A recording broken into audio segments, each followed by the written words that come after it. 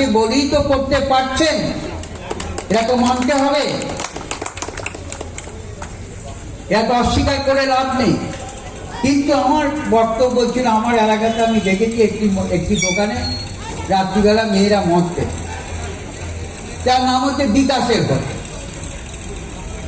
আমি খবরটা পাওয়ার পর আমি দুদিন পর পর রাত্রিবেলায় গেছি যে কোন মেয়েরা হোটেলে মদ খেতে যায় বা দেখা যায়।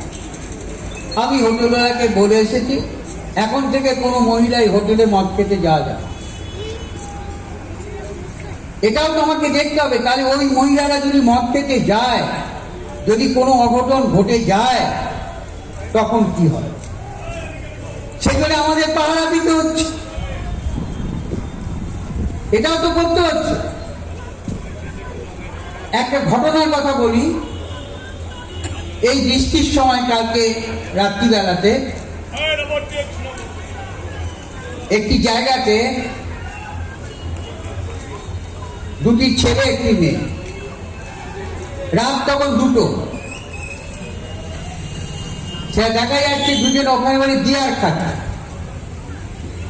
যথারীতি পুলিশকে জানা হলো, বাবা মাকে ফোন করা হলো যে রাত 2টোর সময় আপনার মেয়ে কোন রাত জাগো আন্দোলনে গেছে। পুলিশ এসে তুলে নিয়ে যান। এবার কি করবো বলুন? যে আমাদের ছেলেরা যদি না পাহারা দিত, তাহলে ওই মদ্য অবস্থায় মেয়েটা যদি কিছু হয়ে যেত, তাহলে তখন তো আবার দায়িত্ব আমাদের করতো লোকে। এ কথাগুলো তো ভাবতে হবে। তাহলে বাড়ি কোনো মহিলাকে অসম্মান করার জন্য আমি বললাম না, কিন্তু এই ঘটনাগুলো অনেকে তো জানেন কিন্তু বলেন না। আমাকে বলতে হচ্ছে বাধ্য হয়ে, কারণ ওদের এই রাত্রিবেলা যখন আমাদের পাহারা দিত, বাবা মা কি খোঁজ নেবে না? বাবা মা কি জানে না যে আমার মেয়ে সন্ধ্যেবেলায় কোন মদের দোকানে যাচ্ছে? তো বাবা মাদের সাবধান, আপনারা করুন, আন্দোলন করুন, আন্দোলনে মোমবাতি জ্বালান, মিছিল করুন, যাই করুন তাই করুন।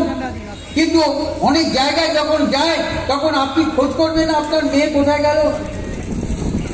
শেষে কিছু হলে জায়গায় এসে আমাদের ঘরে চাপছে। কোনো তো অসুবিধা হচ্ছে না কি? দেখতে পাচ্ছেন না আপনারা? কেউ তো আমরা দেখতে পাচ্ছি টিভিতে, প্রতিবাদ জানিয়ে দিয়ে পরের দিনই বিদেশে বেড়াতে চলে গেল। আবার আমি কদিন আগে গোপনে একদিন এই আধুনিকার এখানে দাঁড়িয়েছিল। আপনাকে অনেকে হয়তো আমাকে চেনেন না, এটা ঠিকই, কিন্তু আমি তো এমনি গ্রামে ঘোরা লোক, এটা ঠিকই তো। গাড়ি ছেড়েও হাঁটতে হাঁটতে দেখতে দেখতে যাই। আমিও কাল না একদিন সন্ধ্যেবেলা আধুনিকার সামনে দাঁড়িয়েছিলাম, খেয়াল করছিলাম যারা বলছিল পুজো আর মন থেকে।